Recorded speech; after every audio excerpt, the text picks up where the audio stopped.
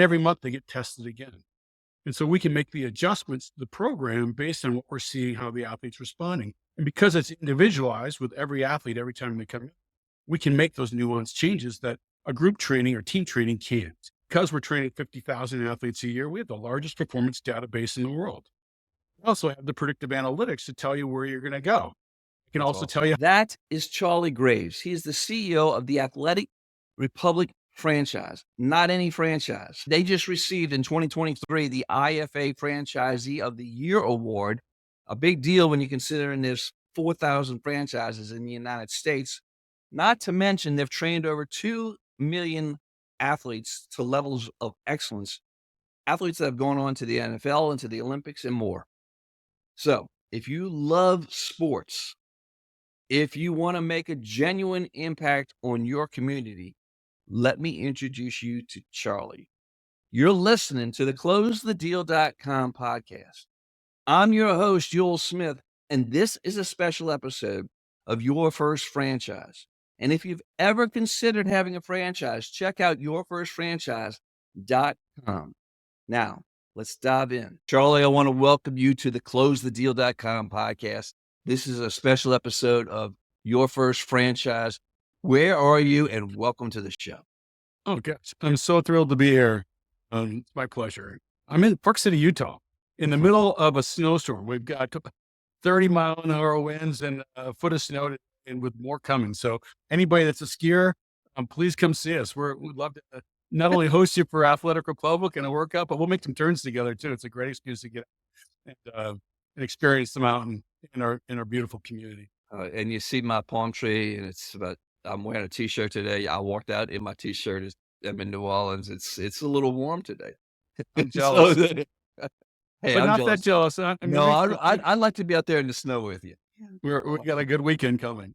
All right. So this is one of my favorite questions. If you're working with a vendor, supplier, whatever it is to your business, or you're trying to figure out the partnerships, where would you take that person to do business? All right. And this is the Close the Deal show. So that's why I ask.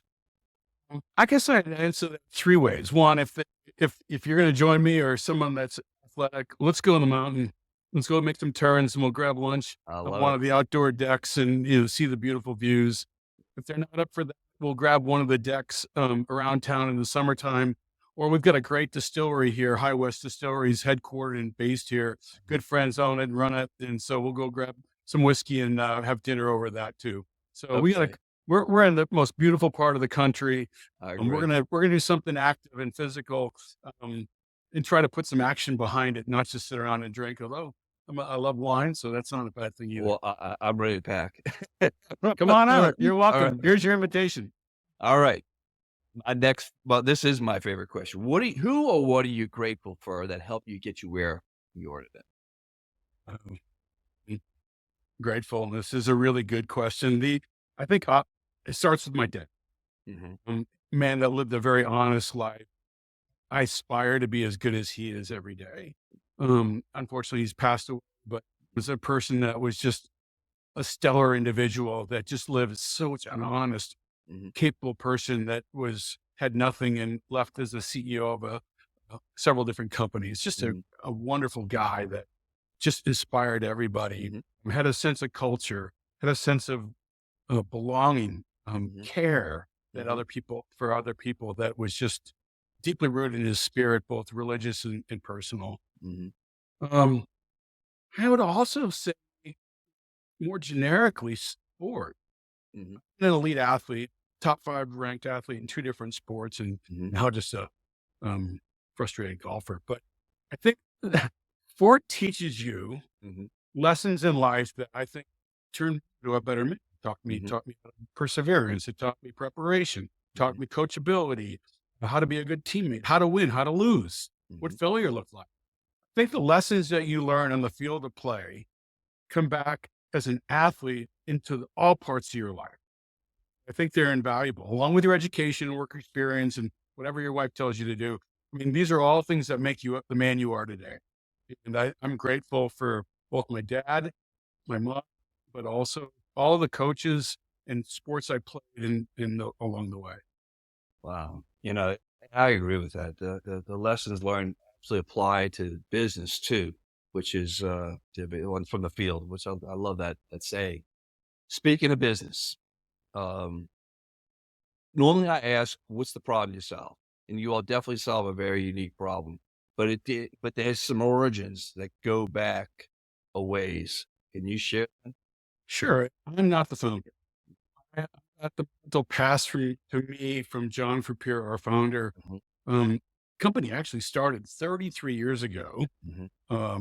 Formally, uninformally, it started at the 86 Goodwill Games. Now, I remember we Yeah. boycotted the 80 games. I caught in the 80 games. I was a swimmer going into the Olympics, third in the world going into 80, and I didn't get my Olympic dream fulfilled. The Mm, Russians boycotted the LA games in 84. And so Ted Turner put on the Goodwill Games in 86, brought the world together without politics. mhm, Our founder, John Frappier, was on the U.S. men's and women's gymnastics delegation. mm, And he was there firsthand to see the Russians win every gold medal in gymnastics, every gold medal in boxing, almost everyone in swimming, and almost everyone in track and field. And first thing everybody did was point fingers at the Russians, saying, "Oh, you guys got the new drugs these Germans haven't found yet." yeah. And we said, "No, it was physiology." Mhm, We think about Rocky IV and Ivan yeah. Drago. It's exactly what they were doing. And they invited 5 physiologists from around the world, including one American, our founder, John Papier, to spend a month in Russia to document what they saw, that it wasn't drugs, that it was truly new physiology behind sports training. His first day at a Russian training camp, he saw them towing athletes behind a pickup truck uphill at 20 miles an hour, and the athletes were jumping on and off the back of the bed every 10 or 15 seconds. Hell's going on here? The Russian says, "Oh, John, is this accent suffering? It's the contraction of the muscle, not the extension that matters speeds, and truck doesn't get tired when athlete does." Mm, At the time, we were doing overspeed training by running downhill fast, using gravity to help us. And what problem with biomechanics behind that was that anytime your foot struck in front of center of mass, it was braking. Anytime it was behind center mass, it's propulsion. Well, the Russians figured out, let's recruit more propulsive forces by towing them uphill faster in 10 or 15-second bouts, which is how most sports are played in very short increments to get them to go faster. Um, it worked. Worked wow. brilliant. There's a lot of findings that came out of the Mhm, notion of periodization, mhm, um, plyometrics. The Russians have invented in that 10-year period where they were off the world stage, were innovative. Some of it maybe not the most ethical, but innovative by far. And John brought that back. It took him a few years to process the fact that he couldn't tow American kids behind pickup trucks.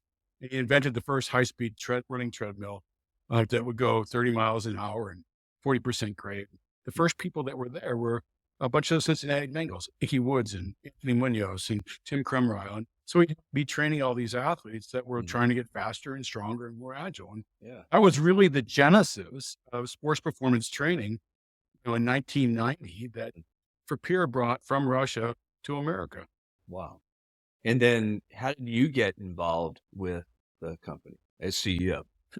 I've had a very eclectic career, from athlete to TV producer to sports marketer to Fortune 500 executive to private equity CEO. And Mhm, I met John. He was struggling with the business side. He was mm, brilliant physiologist, brilliant biomechanist, but just was struggling with mhm, the first day I'm in was like, why didn't I have this when I was in?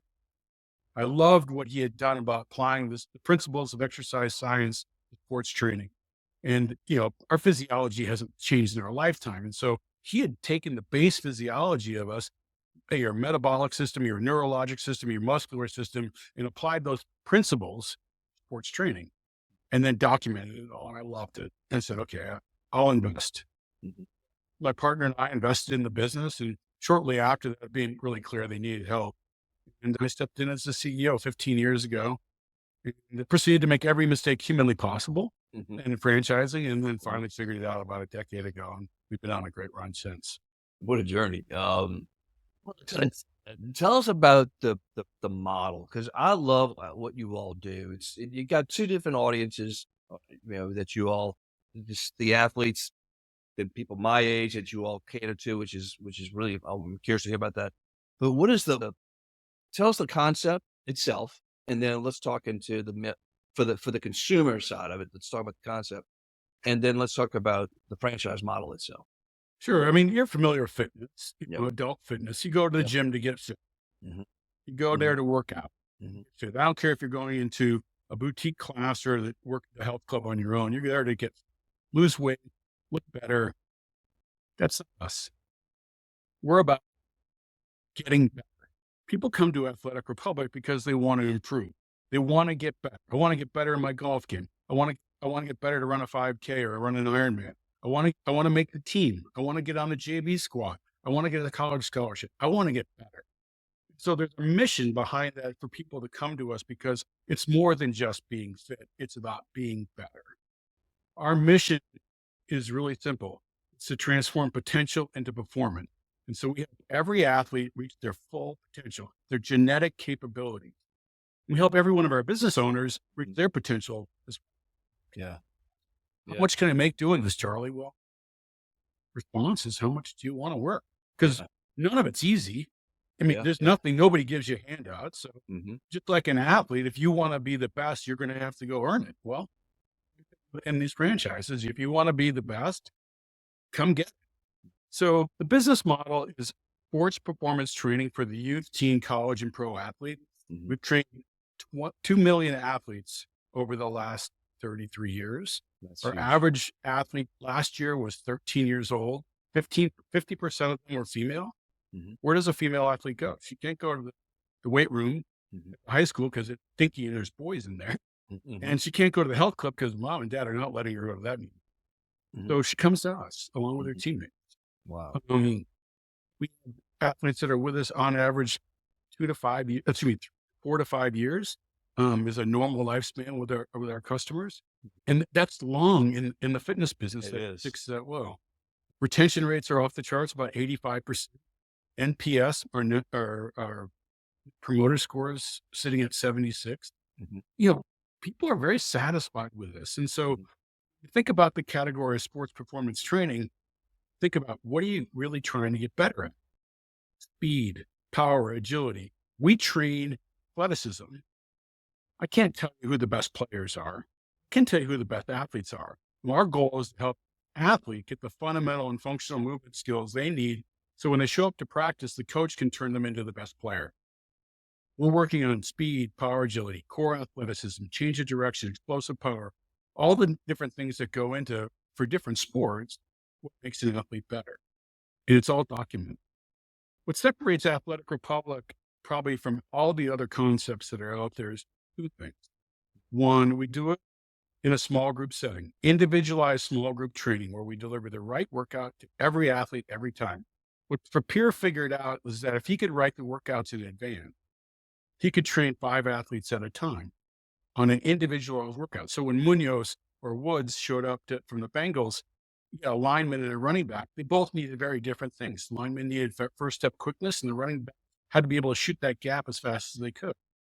Well, by writing the workouts down in advance, he was able to deliver those workouts and periodize them like he learned from the Russians. So today we have 3,000 pages of training protocols for every age athlete from the age 6 all the way through the pros by position to help every athlete improve. And so they get the right workout every time they come in. And that means we get better results. Second thing we do differently than most is that we document everything. For a science-based business, science is about collecting data and having intelligence. And so we look at the new AI as athlete intelligence. And so how do we help make a better athlete? Informing them about what they need to work on. So test every athlete when they first arrive to us, checking on those key metrics of speed, power, linear speed, explosive power, multi-directional movement, some 30 different measures we have available to us depending on the sport and position they're playing. And then every month they get tested again. And so we can make the adjustments to the program based on what we're seeing, how the athlete's responding. And because it's individualized with every athlete every time they come in, we can make those nuanced changes that a group training or team training can't. Because we're training 50,000 athletes a year, we have the largest performance database in the world. We also have the predictive analytics to tell you where you're going to go. I can That's also awesome. tell you how you rank. I know who the best athletes are in the country, age 12 and age 15 and 18, because I'm tracking athleticism unlike anybody else. And so we're helping that athlete take intelligent, they're in the 80th percentile linear speed, and they're in the 70th percentile on multi-directional movement. Explosive power is only in the 50th percentile. Wait a second. Offensive lineman, you need that. Or attack for lacrosse, you need that. So this is something we need to work on. So we have the data to back up the training and the prescription then to be able to help them improve. So that's the business. It's all about getting better. Man, I wish I had, I grew up in New Orleans and I loved sports, but I did not have, nobody had that when I was a kid with that opportunity. That was incredible. Even today, I mean, this is what we're doing for 50,000 athletes a year is what the NBA teams do for 15. Wow. So think about yourself for a second. How old were you when you had to figure out what it was going to take for you to get better? I'll tell you exactly. I was 18 years old. I got in a car accident, busted up my lower back, got a bulging disc. Oh no. And the doctor told me to rest, just rest. That was the advice I got. I go to LSU and I'm told to rest. I'm like, I got to get better. Literally, I asked him, can I go to the gym? His advice was, Jake, it's slow. I went to the gym. Things started getting better. And that has become a lifelong habit. That car accident was one of the best things that ever happened to me, because that set me on a habit of working out my whole life, ups and downs like everybody else, but that put me on a course. And I always like the progress. The progress is always parallel my work. It's impacting You're my work. absolutely right. I don't think you're much different. From most athletes, they trust their coaches. I did. It wasn't until I was out of college and, Olympic dreams gone. Actually, as an athlete, moved to endurance sports and became fifth ranked triathlete in the world to figure out I was now my own coach. What do I have to do to get better? Well, we're giving that to the 12 and 13-year-old. To have that resource at 12 or 13, what a leg up. Absolutely. And, time's precious. Kids today are so busy with sports and school and everything else that's going on. If we can help them be more efficient with what they need to work on, and they get better doing it because it's prescriptive, it's a better outcome. And so kind of like a sports lab, this is all about trying to help everybody reach their fullest potential.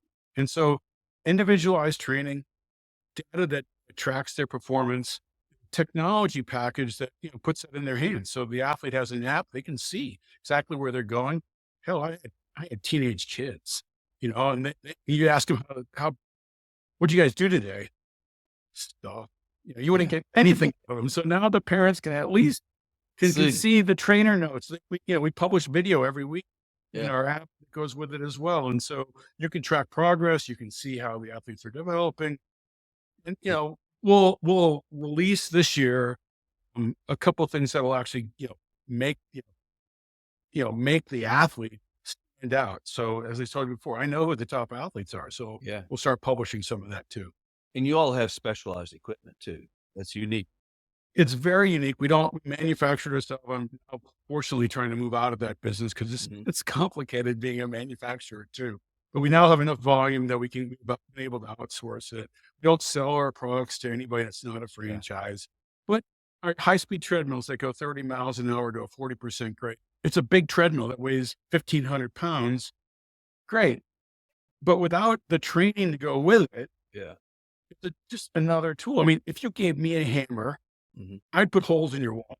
Give a carpenter a hammer, they build you a beautiful house. It's no different. Our trainers are taught how to use these tools, and the equipment is just another tool to help them become more proficient, more effective in the time that we have available for the athlete to train with us. So let's shift gears and let's talk about the business model itself, because you take that approach of performance and data. I'm sure that's applied to your business with what you do. No question. We're data nerds. So we get this data on the athlete. Our business operating systems collect all the data on the business. So we're looking at business performance. Our dashboard, our KPIs are real time, accessible to our owners whenever they log in. So they can see revenue month to date, revenue per customer, retention rates, referral rates. They can look at lead management system in our CRM. So what's our cost per lead? What's our conversion rate from a lead to a trial to a member? They can look at customer engagement. How many 5 stars reviews? How many websites visits do we have? How many click-throughs do we get on our emails? And then athlete assessment. And so the athlete data is, we've just talked about, is part of this as well. So they can see in a snapshot how their business is doing, and it's all benchmarked against our network norms. So if it's in benchmark red, it means you're below norm. If you're marked green, green's good. So they can quickly identify what they need to work on, and they can isolate those issues, ask questions. Oh, shoot, or why is our conversion rate from free trial to membership sitting 65%? Our norm is 80. Our conversion rate's very high once we get somebody in and go through an experience. Well, so let's ask the question, GM, why is our rates down? Well, we had a team in last week and they haven't signed up yet. Great explanation. So it gives you, the owner, a chance to ask questions behind the data so they can make sense out of what the priorities are they're tracking. So what does the franchise model look like? So the owner is doing what what is the role of the owner in this? That's a good question. I would say it's the biggest difference between any of our members is the owner. We got training figured. We got the metrics figured out. Follow the playbook. You'll be fine. But the owner has to dictate culture. They have to look at, you've got middle school kids hate their parents and hate their teachers and hate their friends. We have to be a sanctuary. We're there to help them. We're not there to judge them. We have to be inclusive. We have to be respectful. We're in the hospitality as well as the sports training business. We're in the psychology business for young kids too. So setting that culture and that tone of respect, inclusion, opportunity, that's an owner's first job. Second, they got to run the KPIs, they set priorities and track them. They got to mentor their staff. They're hiring 20-somethings that don't have the world experiences that they do. And so they have to develop that staff. And so the owner itself really mandates the direction. And most of our owners are semi-absentee. This is a portfolio play. We're not a multi-unit operator. Our people buy our franchise because they want to give back to their community. They're in their community. They're well regarded. Their kids played sports, no longer coaching, but they want to stay connected. So they buy an Athletic Republic franchise to help grow their community. And it feeds their soul as well as feeds their pocket. It's a great connection for them. I have a few multi-unit operators, but that's really not our business. It's really about portfolio play. They're buying Athletic Republic instead of a rental property or apartment building or something like that. This is an investment they're making. And maybe down the road, their kids want to get into it, or maybe down the road, it gets leveraged out and sold, or maybe it's part of their retirement plan. It's part of their portfolio. And owner's role is so critical in setting the standard for what they have to accomplish. We have 2 other key hires: a general manager who's responsible for membership development, customer service, a director of sports performance training who's responsible for athlete development, managing the staff. And then by and large, it's part-time trainers after that we have to educate, develop, and train on our system. That is so key when you talk about this, going back to the owner and the culture that person sets. And I think the key word may be impact for them. The impact they may have it on their community. It's not just the community; it's those kids' lives. I look at Coach Saban, right? They just retired, Amazing. and I'm an LSU fan. I'm grateful for the LSU national championship he gave us, and many of my LSU fans hate him, but I have immense regard and respect for him because the impact. He didn't just have an impact on Alabama football; he had an impact on all those kids that he's coached through all the different universities. And he elevated the game of football, especially across the Southeast, but he elevated the game of football across the nation, setting the standard. That's exactly what you all have done. So somebody coming in, that's kind of the mindset I imagine they have coming in. Yeah, they want to do good. Yeah. And one thing about Saban, you love him, hate him, but you did one or the other. It wasn't just, so he was like the best villain. He's also the best, competitor. And so, I would love the comparison anytime you could put us in the same room as Saban, but our business is about trying to help people get better, especially at the younger ages. We start at age 6. We go through youth, those teens, college, and pro athletes. We have a lot of pros in the 2 million athletes we've trained. We have the #1 Heisman candidate coming out last year's Heisman Trophy winner, Caleb Williams, coming out as potentially the number 1 draft when he announces it this week. I met Caleb when he was in 5th grade. My son was playing football as well. We were at a camp, and his dad came up to me because he saw my Athletic Republic ad, and he said, "I just got to tell you, this is a game changer for Caleb. His footwork has changed, body control, his running mechanics, all that's improved." We stayed in touch. I get a call from Caleb's dad again when he was in 8th grade. I got to buy a franchise. And There you go. so It's bought a franchise. Yeah, they opened it when Caleb was in 9th grade. He's been a product of ours ever since. Last year, Caleb won the Heisman. His dad and his 2 partners in Washington, D.C. were recognized by FA as Franchisee of the Year. Wow. That's awesome. I mean, That's huge. they did it because what they've done for their community, That's the impact that they've had on these young people's lives to, much like we just started, the values that they pick up, the work ethic that they learn, the benefits of sport just by playing one more year gives them a chance to be a better adult, I love it. whether they go on to college and play sports or not. Yeah, the impact's huge. I mean, people don't. That's what I love about. That's what I love about sports. I love the parallel to life. It does. You And, know. I think to me, people say, "Oh, you get people faster and stronger. You teach running, you teach speed." Yeah, we do. I think the greatest gift we give people is confidence. If you're Absolutely. better prepared, you're going to be more comfortable bringing your best. You're going to be more confident. You're going to stand up straighter. You're going to hold your ground. You're going to have an opinion.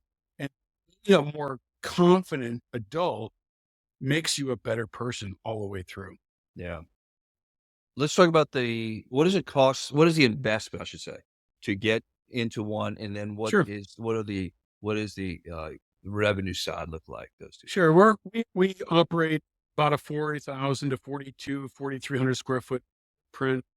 Strip retail, Whole Foods retail, but we're a destination. If you type in Athletic Republic and you pull up to the curb and see an Athletic Republic sign, that's a good location. If you are within 5 minutes of drop and shop for mom and dad, good location, because 50% of our customers are chauffeured in, and mom and dad are going to drop them off and then go run the grocery store or things like that. So Gotcha.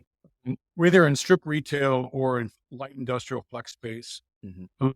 Build out today are not complicated as long as it's 2nd generation space, meaning there's already an HVAC unit, there's already bathrooms.